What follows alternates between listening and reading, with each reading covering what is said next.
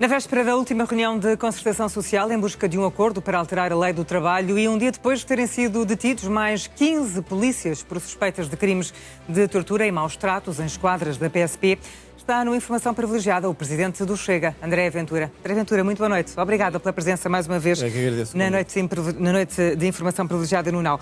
Vamos começar por esta questão das suspeitas de maus tratos e tortura em esquadras da PSP, nomeadamente no Rato e Bairro Alto. Ao todo já há 24 detidos, foram detidos mais 15 polícias, 2 são chefes. E ontem, André Ventura, quando questionado sobre estas detenções, preferiu apontar críticas ao Ministro da Administração Interna, a dizer que Luís Neves está a perseguir e quer logo expulsar polícias das forças de segurança. O que está a dizer, quando passa esta mensagem, é que crimes cometidos por polícias não são relevantes? Não. Boa noite, mais uma vez. Obrigado, agradeço-vos o convite. Não estou a dizer isso, estou a dizer o contrário, porque eu comecei a minha intervenção mesmo ontem por dizer que crimes e crimes dessa natureza, ainda mais, seja por pessoas fardadas, não fardadas, polícias, operários, jornalistas, empresários, são crimes, devem ser perseguidos e devem ser punidos. O que eu disse foi outra coisa. É que num país em que entre 1.000 e 2.000 polícias são agredidos todos os anos, num país em que já mais de 200 e tal se suicidaram nos últimos 20 anos, e num país que todos os dias vê agressões contra forças da autoridade, muitas destas vezes sem qualquer responsabilização dos seus autores, um ministro da Administração Interna parece que todo o foco da narrativa é fazer gala de expulsar polícias. Parece que nós não temos problemas de segurança que bastem para que o ministro da Administração Interna faça do seu ponto de comunicação, porque é uma escolha, o ponto de comunicação é uma escolha, que é, já expulsei não sei quantos polícias, vou expulsar mais não sei quantos. Então, mas deixa-me perguntar, mas se confirmar que houve estes maus tratos, tem que ser expulso? Evidente, tem que seguir todos os trâmites disciplinares e sancionatórios. Então qual é o problema que vem o Ministro sublinhar isso mesmo? Não, é que o Ministro não sublinha, por exemplo, a quantidade de polícias que são agredidos todos os dias. É que o mesmo Ministro da Administração Interna não consegue perceber, ou não quer perceber, que nós neste momento temos que dar mais autoridade às forças de segurança, não é menos. Se nós estamos a ameaçar permanentemente expulsar pessoas da polícia, os concursos para a polícia já não são preenchidos. Podem abrir 30 vagas, 300, 3.000, ninguém quer ser polícia. As pessoas sabem que hoje o bandido tem mais direito que o polícia. Aliás, olha, eu publiquei isso nas minhas redes sociais há pouco tempo, de um testemunho de um polícia, que diz que prendeu uns indivíduos por tráfico de droga, ficou no tribunal mais tempo do que o bandido. Ninguém quer ser polícia. Se temos um ministro que, em vez de dar mais, garantindo a legalidade e que tem que cumprir leis, como nós temos que cumprir leis, isso é uma coisa. Outra é fazer gala no exercício do seu mandato permanentemente. Repare, Carlos Moedas, que não é do Chega, portanto eu estou à vontade, é de outro partido, chama ao ministro para lhe dizer: meu cara, a criminalidade em Lisboa está terrível.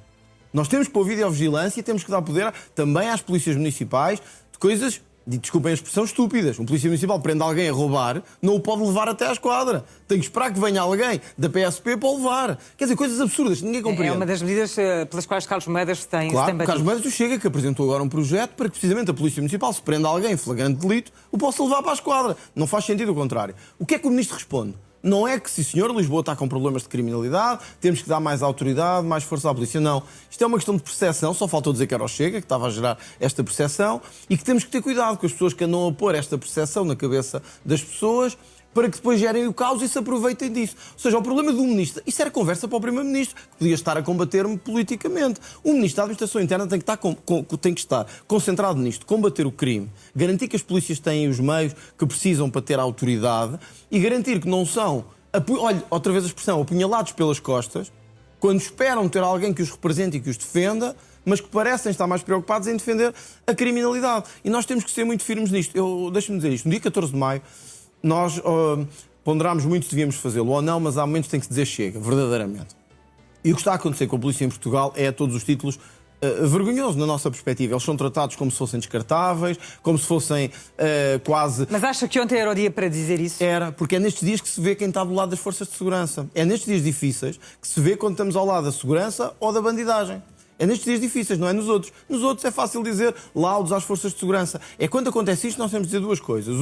O Estado de Direito é para cumprir, todos temos que cumprir a lei. Se houve pessoas que foram torturadas, agredidas, atacadas, insultadas... Têm que ser levados à justiça, julgados e expulsos da PSP. Expulsos da PSP, se for essa a pena. Expulsos, punidos, etc. Olha, eu vejo com curiosidade isso. O ministro que faz tanta gala em dizer que devem ser expulsos da PSP, Eu gostava, se eu fosse Ministro da Administração Interna, preocupava-me em garantir que estes homens tinham os meios que precisavam para combater o crime. Todos os dias se queixam que não os têm. E segundo, que as pessoas que atacam polícias e forças de segurança também são punidas. Não é só os polícias que são punidos. Porque senão eu vou-lhe dizer uma coisa, um dia ninguém quer ser polícia. Porque os polícias sabem que se usam a arma, se usam os meios que têm de coerção para prender bandidos, para parar desacatos de ordem pública, eles têm mais problemas de natureza disciplinar do que as pessoas que estiveram a cometer esses problemas e a causar esses problemas. Nós temos que avançar. Só para dizer isto, no dia 14 nós vamos levar um projeto que se chama Sem Medo.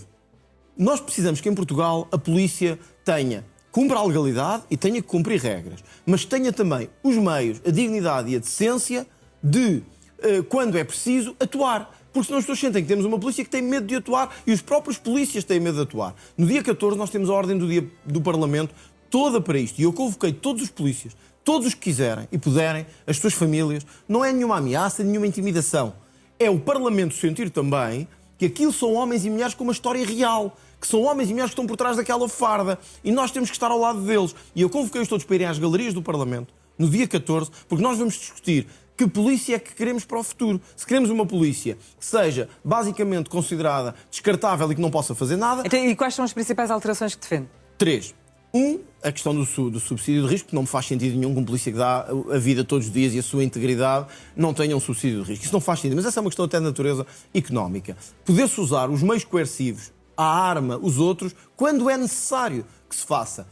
Todos os polícias com que eu falo, ou quase todos, o Sr. Ministro pode desmenti-lo, mas todos ou quase todos com que falo dizem que têm medo de usar os meios coercivos. Porque se usam vão ter um conjunto de chatices, de processos burocráticos, disciplinares, etc. Resultado, veem um assalto, veem um roubo, veem um crime, têm medo de agir. É evidente, então sabem que a seguir eles vão ter mais problemas do que quem está a roubar, a matar e a violar, vão ter medo de agir. Temos que acabar com isso. Isto pode não ser popular, mas eu estou focado em fazer o que é certo para o país. E eu vou fazer isto. E nós vamos levar isto para adiante. A polícia tem que ter meios para o fazer. 3. A questão das polícias municipais é um exemplo de que vamos levar a discussão. Como lhe disse, não quero voltar ao tema, eu pergunto às pessoas se na cabeça delas isto faz sentido. Você, desculpa o exemplo, é apanhada a roubar numa mercearia. A polícia municipal está à porta, prende-a. Depois tem que ficar consigo 2 horas ali no passeio, ou 3, à espera que venha alguém com disponibilidade para levar para a esquadra. Eu pergunto-me se isto cabe na cabeça de alguém. Bom, nós vamos ter que avançar. É uma questão só de pensar um bocadinho. Sim, só para fechar este tema, enquanto estavam a decorrer estas buscas, o Ministro da Administração Interna estava num outro evento e disse que havia buscas a decorrer e que provavelmente irá haver detenções até ao final do dia. Devia tê-lo feito enquanto Ministro da Administração Interna? Não devia ter feito. Primeiro porque não sei como é que sabia, como é que tinha essa informação, uma vez que isso é uma informação judiciária e não uma informação policial. Não sei como é que teria. Porque só depois é que houve um comunicado da PSP e do Ministério Público. É evidente que não deveria. Mas, sobretudo, esta não é uma questão de...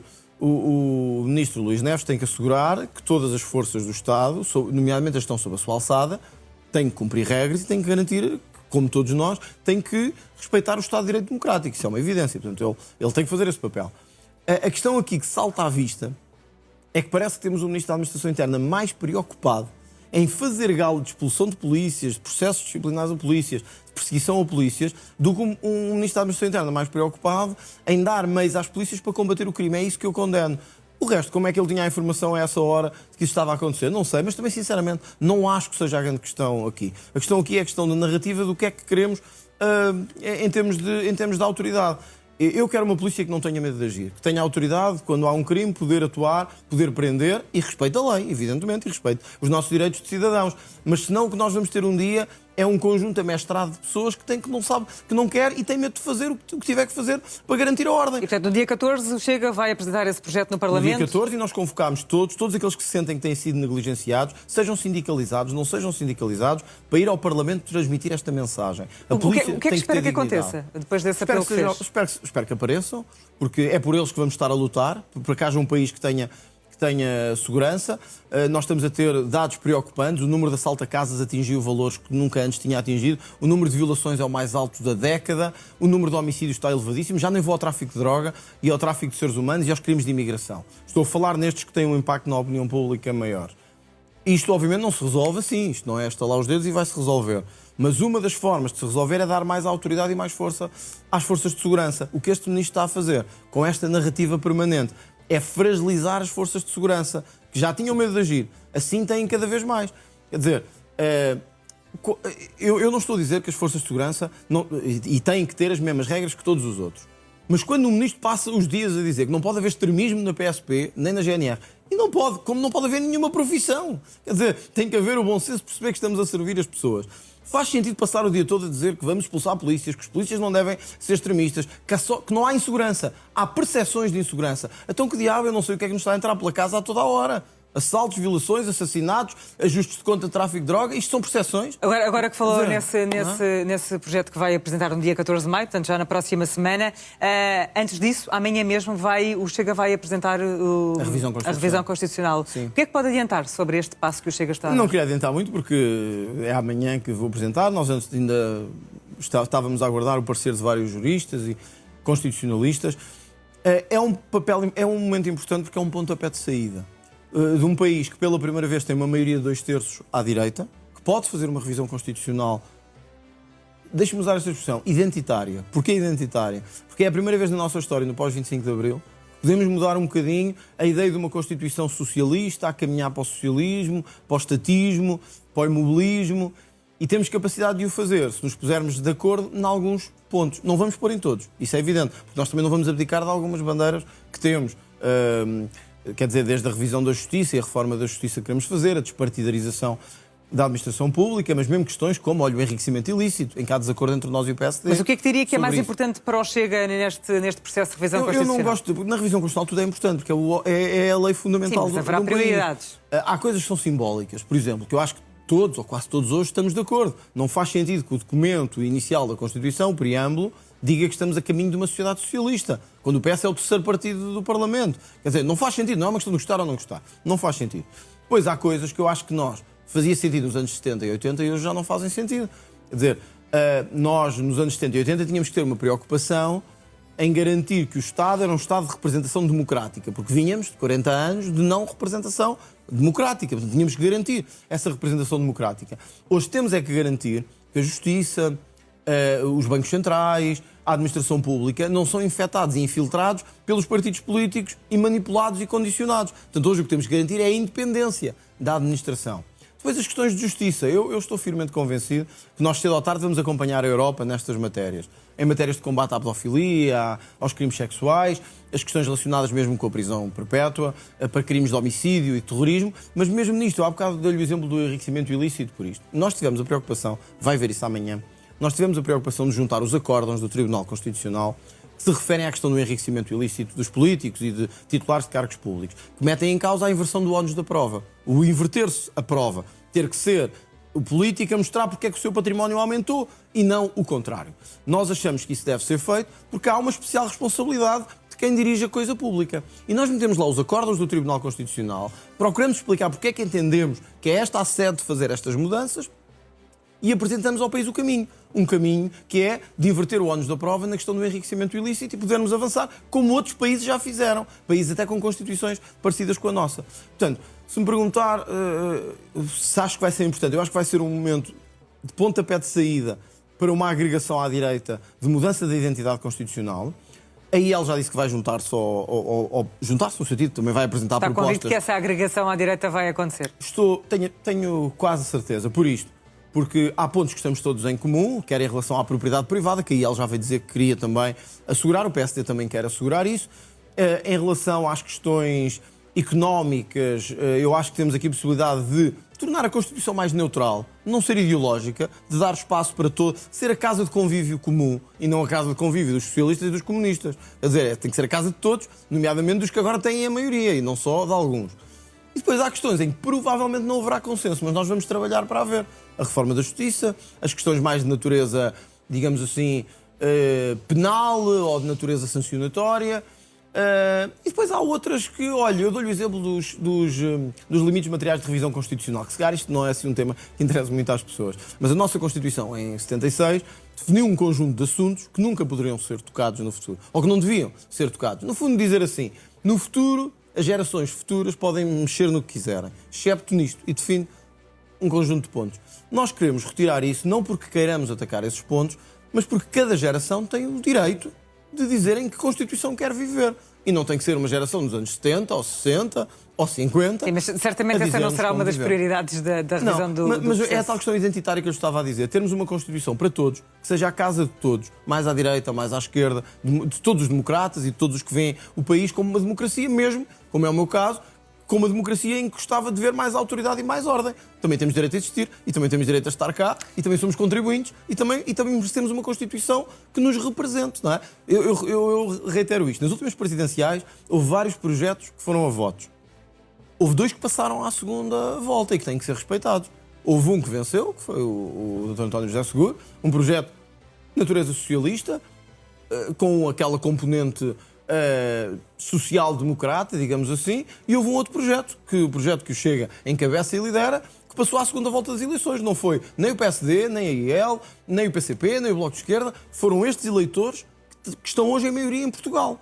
Têm que ser respeitados, têm que ser valorizados e tem que haver uma casa comum para todos. Não pode ser só vamos a outro tema, sobre a idade da reforma e a lei laboral, a propósito da reunião, a última reunião que vai acontecer amanhã de concertação social para ver se sempre há ou não acordo depois de tantos meses de negociações.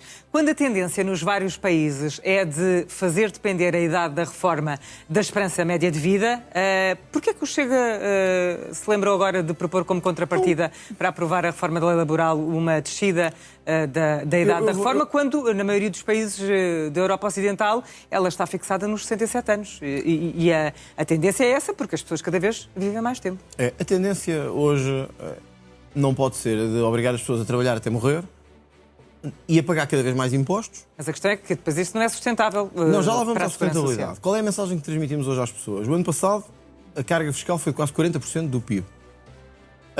Ao mesmo tempo que temos uma carga fiscal cada vez maior, temos uma sociedade que exige cada vez mais de quem trabalha, do ponto de vista dos horários, do ponto de vista do não desligar e do estar ligado ao trabalho. Isto tem sido até estudado em vários países. E ao mesmo tempo estamos a dizer que têm que trabalhar cada vez mais anos e até mais tarde. Apesar de os imigrantes todos que chegam, apesar dos impostos que pagam, apesar de tudo. Têm que trabalhar cada vez mais e receber cada vez menos. E receber cada vez mais tarde. Eu acho que há um momento em que nós temos que começar a infletir isto. E o infletir, por isso é que trouxe o assunto. E por isso é que trouxemos o assunto para a praça pública, porque há um momento em que era importante começar a pensar que se não fizermos nada, as pessoas vão ter que trabalhar um dia até aos 95 anos, um dia não têm reforma e simplesmente pagaram impostos, viram o país a destruir-se e tiveram que. Mas não acha que tem existido esse equilíbrio de ir aumentando? Vou-lhe dizer porque é que não tem existido. Há uma coisa chamada fator de sustentabilidade. E esse fator de sustentabilidade faz o seguinte. Para as pessoas perceberem que estão em casa, quem se reformar este ano, em 2026, em Portugal, cumprindo todas as regras, isto é, trabalhando os anos todos de descontos, feitos os descontos todos a que a lei obriga, cumprindo as regras todas da Segurança Social em matéria de aposentação, é penalizado em 17,6%, quase 20%. Cumpriu tudo e é penalizado em um quinto. Cumpriu tudo e é penalizado em um quinto. Faz sentido isto? Não faz. Diga-se o que se disser, não faz.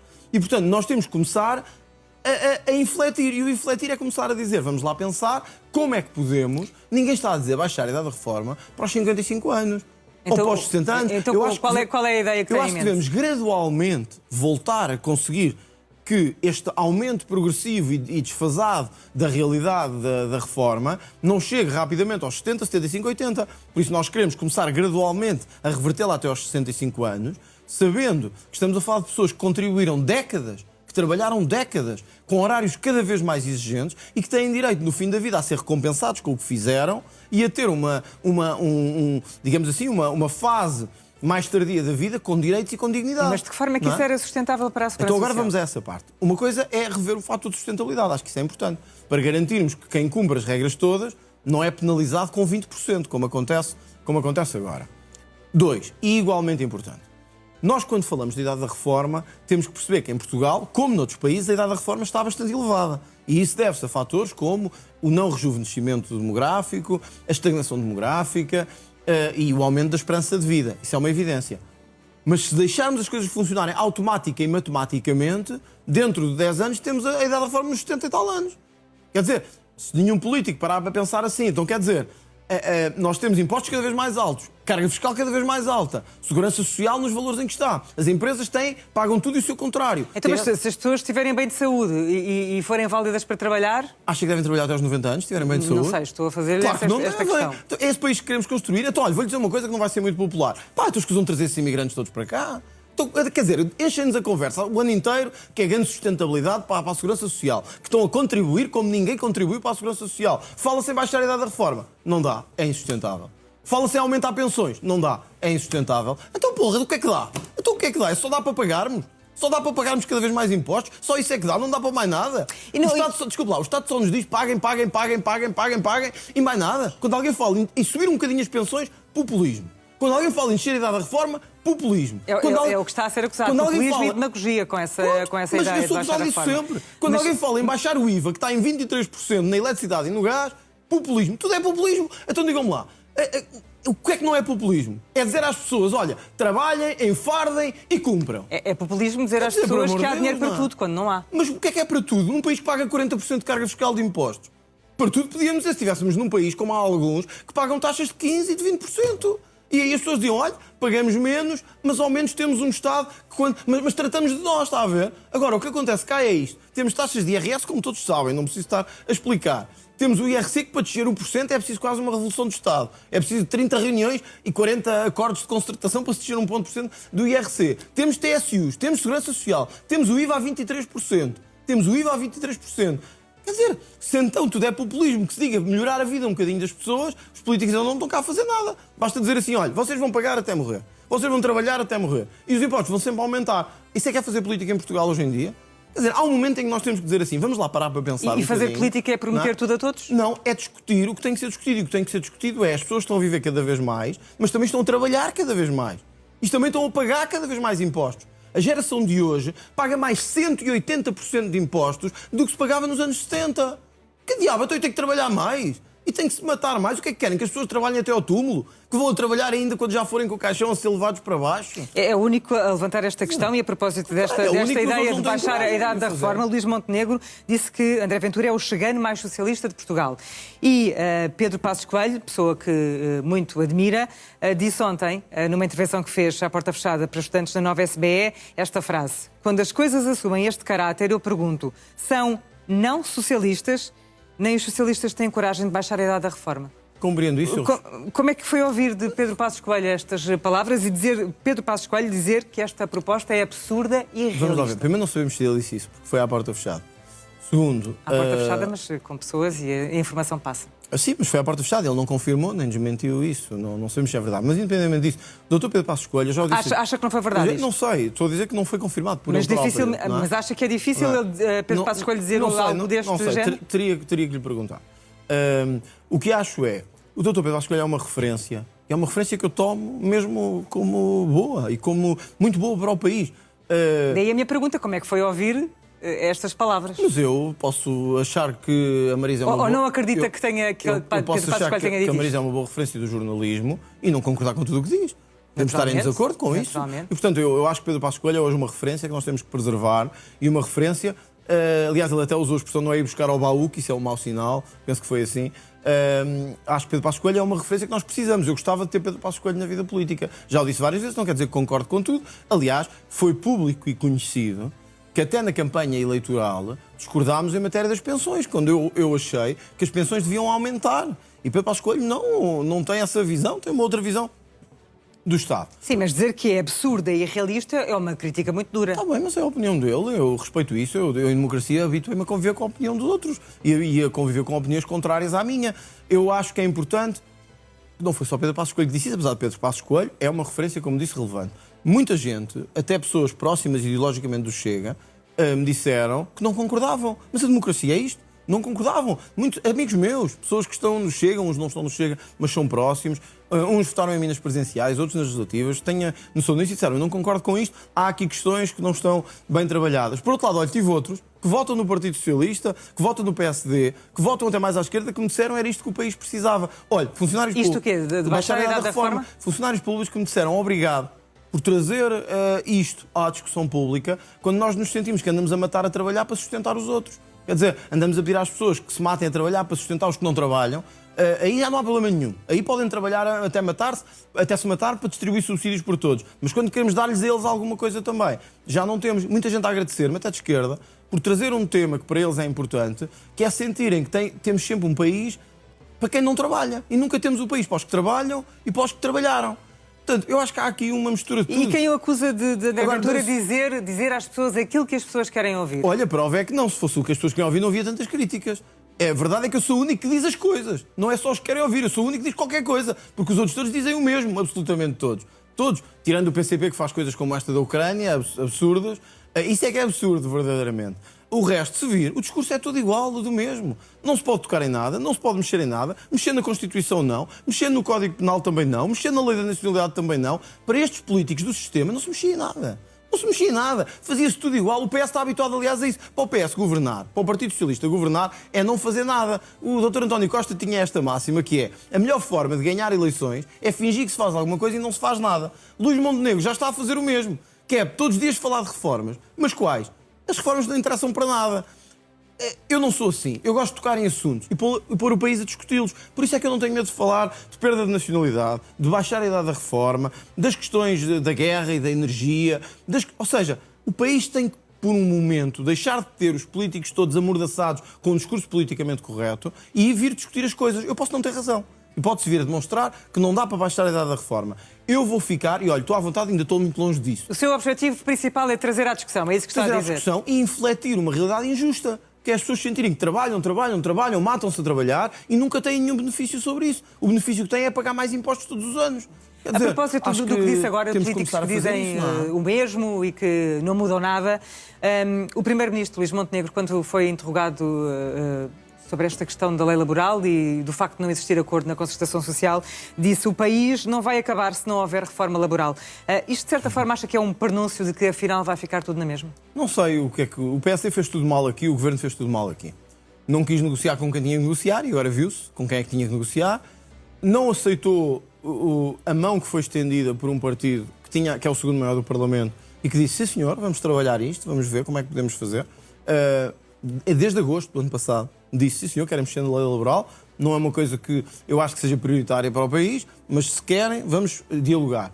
Optaram por fazer o que o PS fez, meter-se com as discussões intermináveis com os sindicatos, procurar garantir que faziam uma aprovação ali à maneira do que o Partido Socialista fazia e depois, pior, a par disso, foram mexer onde verdadeiramente não se tinha que mexer. Quer dizer, a amamentação num país que tem as taxas de natalidade e o problema de natalidade que nós temos, a questão do outsourcing e dos despedimentos num país que já tem a precariedade também como nós temos.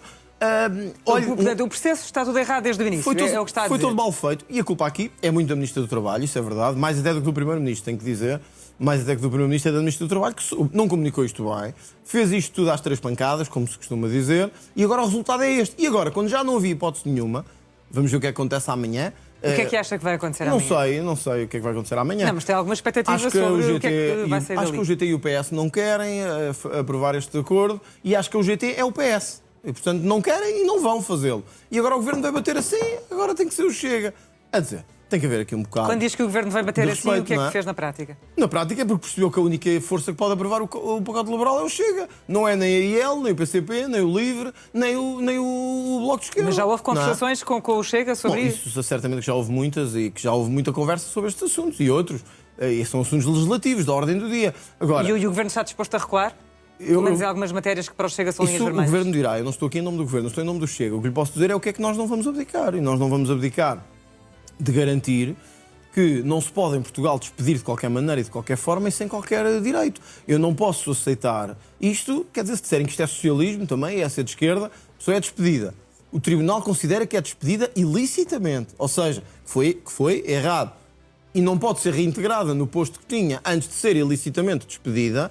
Isto não é uma questão de ser de esquerda ou de direita, isto é uma questão de criar um mercado selvagem. Essa é uma linha vermelha para o Chega? É uma coisa, essa questão da reintegração? Isto não devia ser nem vermelho, nem azul, nem verde. Isto devia ser uma questão de decência, de consciência. Depois há questões aqui como a do outsourcing. Eu até compreendo que a questão da forma dos contratos seja flexibilizada. Nós compreendemos que a questão do trabalho à distância seja tratada de forma mais flexibilizada. As questões do banco de horas, tudo isso. Não podemos dizer às mães que trabalham que vão ter menos direitos a partir de agora. Não podemos é dizer às pessoas que no mercado onde já lhes paga mal, comparativamente com a União Europeia, com a maior parte dos países da União Europeia, ainda vão ter mais precariedade e não vão ser valorizados. Não há uma palavra desta reforma laboral para quem trabalha por turnos e em horas extraordinárias, que são milhões em Portugal. Ora, então eu pergunto, foi por isso que lancei a questão da idade da reforma. Olha, vou-lhe dizer outra questão, que também vão dizer que é populismo, mas eu não me importo e vou dizer aqui. Nós, há um ano, acabámos com os cortes nos salários dos políticos.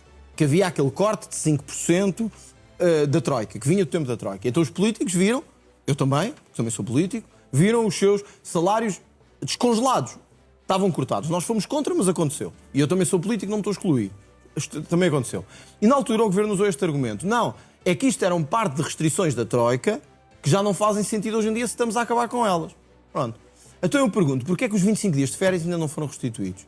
Se era também no tempo da Troika que foram cortados de 25 para 23. O que é que eu quero dizer com isto?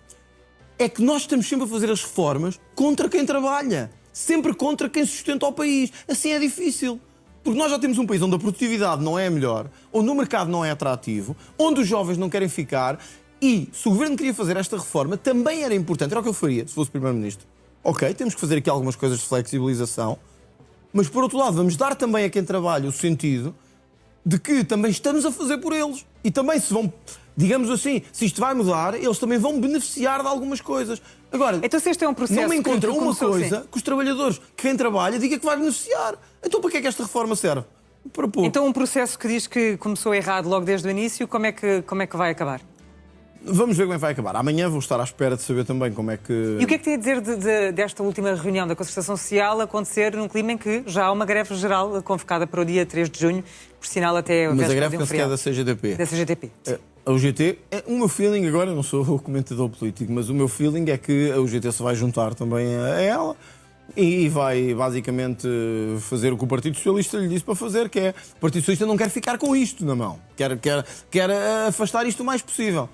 Era interessante ver também qual foi a última reforma que o Partido Socialista fez da agenda do trabalho digno e se estes sindicatos na altura disseram alguma coisa. Porque era interessante ver como é que estas pessoas que agora estão tanto contra a mudança na lei laboral fizeram quando foi António Costa a trazer a agenda do trabalho digno e a mudar a lei laboral. É interessante ver. Eu acho que eles não vão fazer isso. Eu acho que os sindicatos se vão afastar. Acho que têm razão em muita coisa. Muita gente de direita vai me criticar por dizer isto, mas acho que tem razão em algumas coisas, como aquelas que eu acabei aqui de dizer, e eu sigo a minha consciência. Eu não estou cá, eu não estou a pensar assim, mas espera aí, mas isto é ser de direita ou de esquerda. Eu quero é que seja bom para as pessoas e para o país em que eu vivo, é isso que eu quero. Portanto, eu imagino que amanhã começará um outro processo negocial entre o Governo e o Chega. Mas começou mal, foi enviesado desde o início e parece-me ter, francamente, poucas hipóteses de chegar a bom porto. Agora, eu nunca fecho portas a construção, a pontos, a diálogo e vamos ver como é que E se por algum acaso essa negociação com o Chega, entre o Governo e o Chega, chegar a bom porto e se vier a ser aprovada esta nova legislação do trabalho na Assembleia da República, o que é que espera que o Presidente da República faça? Olha, essa é outra questão. Não... Eu estou convencido, mas isto é só o que eu estou convencido. Não falei com o Presidente da República sobre isto. Sim, é a sua opinião que estamos a ouvir. É a minha opinião. Eu estou convencido que se houver um consenso no Parlamento com algo, como agora aconteceu com a Lei da Nacionalidade, acho que se houver um consenso trabalhado no Parlamento e chamar a atenção disto, é verdade que a Lei da Nacionalidade também deu muito trabalho e chegou-se a um consenso. Também deu muito trabalho. Um consenso que não agradou muito ao Presidente da República. Não, nem a nós também, mas fizemos, porque o país precisa de avançar, o país não pode ficar parado e eu percebo o conjunto das maiorias que há no Parlamento e temos que trabalhar pelo país, não podemos cada um ficar fechado na sua quinta e ninguém faz nada. Portanto, trabalhámos, conseguimos chegar àquele consenso. Isso não é impossível que aconteça, mas o processo da nacionalidade não começou enviesado como começou este da Lei do Trabalho. Portanto, há menos probabilidade disso acontecer. Estou convencido que se houver um consenso amplo no Parlamento, se isso vier a acontecer, acho que o Presidente não vetará, por razões de concertação social apenas, este diploma. É preciso não esquecer isto. Os sindicatos, penso que não estou errado nestes números, embora não os tenha não tenha aqui ainda toda a sua extensão, acho que estes sindicatos que estão na concertação social representam 2 ou 3% dos trabalhadores do total do país. Não é uma questão, digamos assim, acho eu, decisiva. São indicadores. No Parlamento, não, estão representadas as pessoas que votaram há um ano atrás e, portanto, está o grosso da população.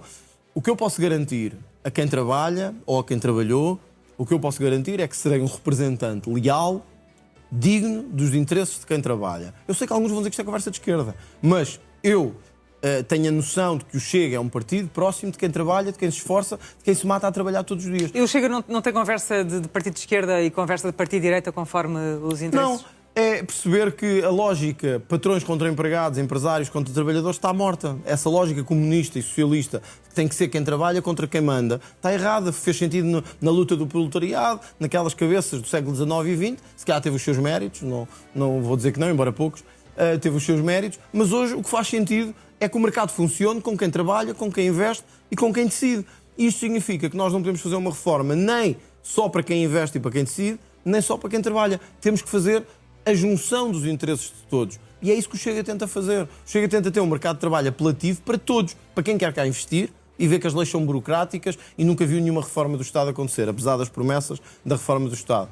Quem quer cá trabalhar e tem que ter a vida salvaguardada e não pode estar a cada momento com medo de ser despedido, posto na rua e não receber nada e ficar completamente abandonado. Nós não somos a Albânia, não é? Quer dizer, eu tenho pena que nós não sejamos, em alguns casos, a Suécia, mas também não podemos ser a Albânia, nem a Macedónia. Temos que ter, aqui há um equilíbrio de um país desenvolvido, moderno, humanista, que queremos ser. É isso que nós queremos. Se isto é ser de esquerda e direita, estou nas tintas. Eu quero um Falou país que agora da lei da nacionalidade. Ainda aqui esta questão que há no Tribunal Constitucional. Deve haver uma decisão para a semana sobre a alteração ao Código Penal que prevê a perda de nacionalidade. Não, desculpe, e a eleição para o Tribunal Constitucional, que tanto ficámos parados à espera que aparentemente ia sair o Presidente do Tribunal Constitucional, etc. Mais uma vez estamos parados. Mais uma vez o Partido Socialista continua com as indicações que teve e que deu no Tribunal Constitucional. O PSD continua a fazer o frete e o jeito ao Partido Socialista. Por isso eu quero dizer aqui isto. Na próxima reunião de Conferência de Líderes, porque foi isso que foi acordado, na próxima reunião de Conferência de Líderes, o Chega vai pedir novamente a marcação das eleições para o Tribunal Constitucional. Porque foi para isso que as pessoas votaram há um ano atrás, para terem órgãos representativos. E não vamos ficar à espera que alguém ou alguma entidade decida que quer sair ou que quer entrar, ou seja o que for. Foi feito um entendimento difícil também, que estes órgãos tinham que ter a sua representatividade. Estamos em maio, era para ser em maio, já estamos em maio. Portanto, nós vamos na próxima Conferência de Líderes dizer que temos que avançar e vamos pedir ao Presidente da Assembleia da República que marque o processo eleitoral. Quem é que tem a responsabilidade neste impasse para essa eleição? Nós não somos, já indicámos o nosso nome. Mas quem é? Portanto, o PSD decidiu fazer mais um acordo com o PS, decidiu parar as coisas que o PS não estava contente e, portanto, que havia 3 nomes para o Tribunal Constitucional. 2 que seriam do PSD, 1 que seria do Chega, para reequilibrar um bocadinho uma situação que está desequilibrada. O PS, como nunca quer ficar a perder e consegue dar sempre a volta ao Governo e ao Primeiro-Ministro, lá conseguiu uma situação em que se vai esperar que saia o Presidente do Tribunal Constitucional para entrar alguém do PS. Pronto. Mas o país não pode estar à espera que o PS cumpra os seus caprichos o tempo todo. Portanto, nós vamos ter que avançar. Lembro-me disso após o que me disse da Lei da Nacionalidade e do Tribunal Constitucional. Eu espero que a decisão venha rápido, porque já temos a promulgação da Lei da Nacionalidade. Portanto, a parte penal é uma parte que eu acho, sinceramente, eu não consigo perceber qual é o problema. Faz mesmo confusão. Qual é o problema de que quem obteve a nacionalidade portuguesa, se cometer crimes de terrorismo, de homicídio, de violação, perca essa nacionalidade? O argumento é que não fica numa situação de igualdade, quem já é português não tem essa sanção Porque não associada. é uma situação de igualdade. Quem é português. Não é espanhol, nem italiano, nem marroquino, nem do Bangladesh, nem da Índia. É português. Ora, ser português e ser outra coisa qualquer não é a mesma coisa. Isso não quer dizer que estejamos a tirar direitos a quem vem. Estamos a dizer que tratamos de forma desigual o que é desigual. Nós estamos a legislar, nós somos legisladores em nome de Portugal e em nome dos portugueses. Isso não quer dizer que quem vem não tenha os seus direitos assegurados, não tenha a sua capacidade de os defender e de os executar. Isso é uma coisa. Agora, quer dizer, se um tipo vem para cá, um imigrante, venha de onde venha, vem para cá, obtém a nacionalidade portuguesa. A nacionalidade portuguesa não é um direito absoluto. É um benefício que o país dá a quem vem, excepto quando é o nosso caso, nascemos já cá. Quando vem de fora é um benefício que lhes damos. Temos de terminar, não é? sim. Só para terminar isto. A pessoa vem, tem esse benefício de ter a nacionalidade. O que nos dá em troca é cometer um crime de terrorismo, de homicídio ou de violação. E nós dizemos que não pode perder a nacionalidade. Então nós demos-lhe um benefício. Ele traiu esse benefício cometendo um crime grave contra Portugal ou contra os portugueses. E continua a ser Já nacional. percebemos todos. Acho que é uma questão de bom senso. Aquilo que Portanto, eu espero que Chega haja defende. uma decisão rápida sobre isto. André Ventura, muito obrigada por esta Obrigado. entrevista, mais uma vez a presença aqui no NAU. Boa noite.